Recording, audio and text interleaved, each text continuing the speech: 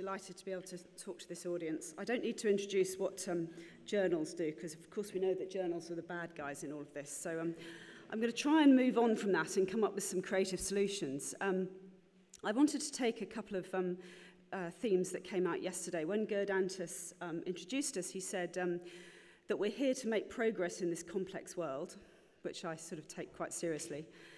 And Doug's point, which was that we don't need more evidence for poor reporting, so I'm not going to give you any more evidence of poor reporting. I also thought the title of this session, this second day, was very interesting, that, and actually rather great, which is that we are hopefully going to stop talking about poor reporting and all the problems that go with it, and talk about how to act, as Gerd says, how to make progress in this complex world. So, power and responsibility, that's kind of quite a big thing to deal with. So I'm going to take a sort of slightly tangential view to some of this and be a little, hopefully raise some possible solutions, but also talk a little bit about some of the things that I think the barriers that are stopping us doing what we need to do. Okay, so I'm juggling multiple things here. I'm trying to decide where to put my notes. Okay, all right, so let's have some assumptions. These are some ones that I just want to work from, and then I'd like to kind of dissect them out a little bit. So, in its widest sense, the full and complete reporting of papers is an ethical imperative. I think we kind of would all agree with that. At least everybody in this room would, which I think is maybe something we need to come back to. The poor reporting of research, both for clinicians, has the potential to affect patient care and also future science. I know that this topic is, has mostly been in the medical sciences, but it's moving increasingly into more basic science, and I think that that's a potential area of synergy that this group should think about more. Doug's group was involved in publishing the ARRIVE guidelines, which are for the reporting of clinical research, animal research, which were published in PLOS Biology, and I think those have gone a great way to actually explaining to people outside of the medical literature the importance of reporting guidelines more generally. I don't think anyone would disagree that scholarly journals are at the sharp edge of reporting, and that's certainly something that I feel all the time. And then there's this idea that the editors are the gatekeepers to the published literature, and so they have some enormous power in changing what happens. So let's just think about that a little bit. Oops. Who are all the people that... This is a complex area. There's lots of people involved in reporting of research. So I put up here quite a few that you'll know, and I was actually going to do what one of the first speaker this morning did, which was ask which groups people came from in this audience. And I think we've probably got representation of most of these people in the room. I don't know about libraries or health services, or perhaps, I don't know if there's anyone from companies. Is there anyone from drug companies or device companies in the room? Okay, great. What's the big missing group in this whole list that we sort of tend to forget about quite a lot, although I think Anna is doing her best to educate the next generation of them? It's this lot, the authors. So who in this room has been an author of a paper that's needed a reporting guideline? Okay. All right, so it's not as many as I thought, but these are the ones that we really need to get to, and that's what I want to focus at in this talk. So about these assumptions, I think these ones that we can take as given, and I would like to, I think certainly within this group, it's something that we think about all the time. But as an earlier speaker said, and something we have to remember, which is that researchers don't think like everybody in this group. They have priorities, they have the need to get their papers published, they have the need to get their next round of funding brought out, and the things that are important to them are simply not the things that are important to the types of people who think about guidelines all the time. So what does that mean?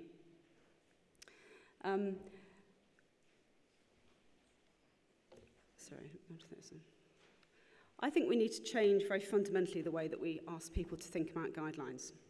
So many of you will know Atul Gawande. He has written a book called The Checklist Manifesto, which if you haven't read it, I would strongly urge you to read. It can be quite irritating in places, but he's got some great insights into it. I'm particularly fond of it because he starts from the basis of the need for checklists in flying. So my father was a pilot, And he was very fond of checklists, so I think that's probably why I'm, have got interested in checklists in my life. But, nobody would dream of getting into a plane where the pilot didn't do a checklist at takeoff, or even halfway through, and certainly not at landing. When his book was published, there was a great debate about many of the reasons why checklists, for example, amongst surgeons, have proved incredibly hard to implement. Because there's no doubt that checklists can be extraordinarily powerful. There's good examples of very simple checklists introduced into operating theatres that have made a very big difference to cutting down errors. Now, there are issues around the implementation of it, which I'd be happily discuss with anybody if they want to talk about it afterwards.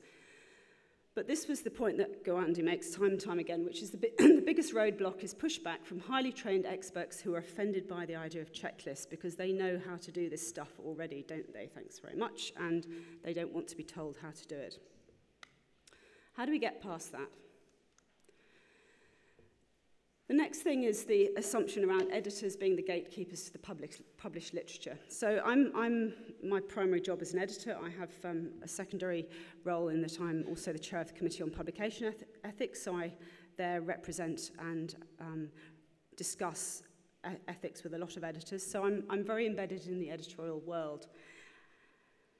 One thing that has come very clearly to me recently is, though, that things are changing in the relationship between editors and authors. And editors, I think, ignore this at their peril, and I think groups like this ignore that at their peril. Because many authors don't accept this gatekeeper function anymore. Now, this might not be true so much for the medical sciences, but I can absolutely assure you it's what's happening in the more basic sciences. And it's something that I've experienced quite recently with an issue around a paper at one of the journals that I'm responsible for, which we can discuss in more detail later if people are interested.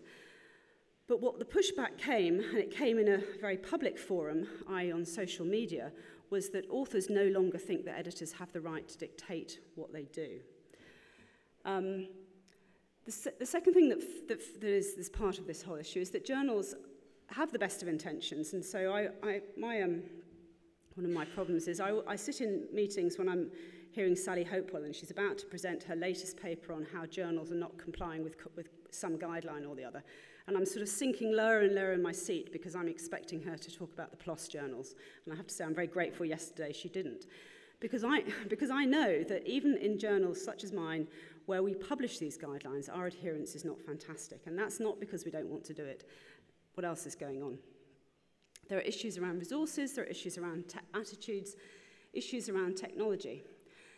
And then I just want to kind of raise the point, which I'll come back to a little bit, and I don't have a good answer for it, which is that journals are, of course, not autonomous, that there are many publishers that are in this debate, and I don't know whether there are any... Do we talk about who represents a publisher in this room? A sort of, not just an editor, but a publisher. Okay, so we've got a couple of publishers. All right. So those are the people that also need to be involved in this.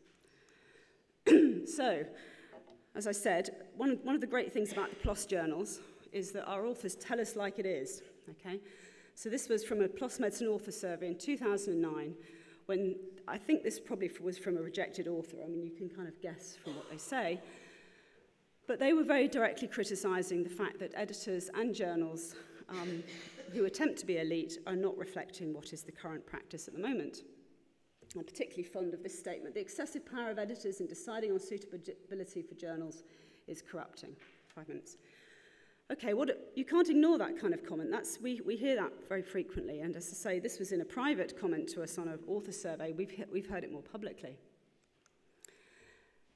So the second thing, what's going on here? This is because what's happening is the lines between editors and authors are breaking down. So actually, this I really want to know. Who in this room is on the PLOS One editorial board? Okay, so 4 or 5. All right, so PLOS One is the world's biggest journal. It is one of the journals that we publish at PLOS. Hold your horses. It gets 3,500 submissions a month. Okay, just imagine that. It has more than 3,000 editors. So when I was looking at this, I thought, well, how can I give some sense of what this means? Well, if you do a search on reporting guidelines within PLOS One, editorial board, you'll come up with some fantastic people, who are some of whom represented in this room. The only reason it just didn't scroll all the way down to everybody. This gives you a sense that these people are editors, but of course they're mostly authors in their day job. So what does that mean for how people consider themselves in this context? So the only thing that I would say is true is that scholarly journals are at the sharp edge of reporting. What we do about it is a bit more complex. So I want to suggest throw some ideas out there and see if people can think about how we do better at getting reporting guidelines into the literature. Because the literature is vast. This was something I updated a couple of weeks ago. There are 22 million citations and abstracts in PubMed. For 5,000 core Medline journals. Of course, there are many more journals that are in PubMed. Those are just the core Medline journals. Because this is the world that we inhabit nowadays. It's actually a very different world from when Doug and his colleagues started off with Consort. It's a very different world from the one that I came into in publishing, which was only 10 or so years ago. And if we don't harness this to change behaviour, we're going to end up in the next, I strongly feel that when we're at the 20-year anniversary of Equator, we're still going to be having the same discussion about why people have not adopted all these guidelines. So, what can we do? So this is interesting. So Iveta came up to me, not knowing I had this on my slides, saying, Ginny, have you been tweeting at this meeting? Because the Equator website statistics have gone up by 1/3 in the past couple of days. So 3 of us have been tweeting. There's me, Trish, another editor, and who else has been doing it? Actually, Ian, who's coming this afternoon, has been tweeting, and he's not even here. And with that single act, this is what's happened, okay? So there's a thing called tweet reach, which is a sort of one of these many spawned off things from Twitter.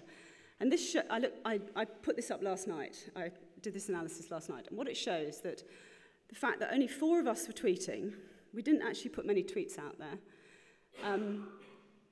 Because of the reach, because people retweet things, more than 23,000 people have read what we're talking about in this room today. That's a pretty astonishing statistic, isn't it? And why do we tweet, apart from anything else? It's because it's really easy, actually. So there's got to be an answer in that. Twitter already has, I think it's 500 million active users. There must be something about it that people like. Can we adopt that? Never mind the 1 billion Facebook users or something. So I want to just finish by this. What's the roles of editors and publishers in this? There are lots of different ways that we need to come to it, and I think we need to be quite creative. The first one is, of course, we need to make people aware of why good reporting matters. We need to do a better job of disseminating the great things that Equator is doing.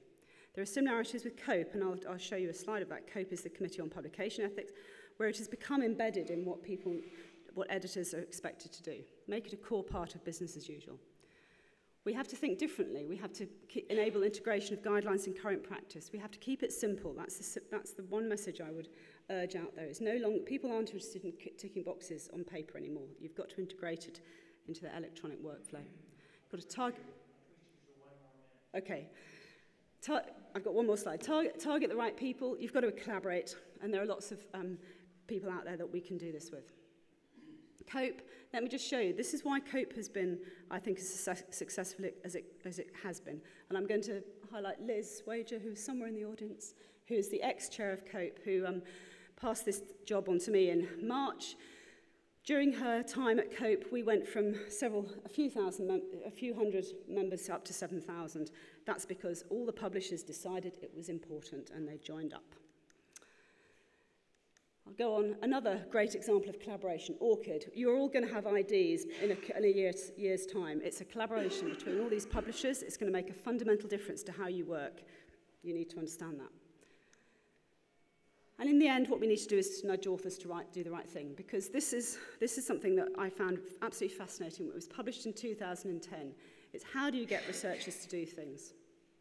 And it's this point I'd like you to take away. Researchers themselves are the most important enablers and communicators. They are also the most important barriers. So we need to make it simple for them. We need to make it the right thing to do, but if there's one thing we need to do, we need to make it simple. Thanks very much.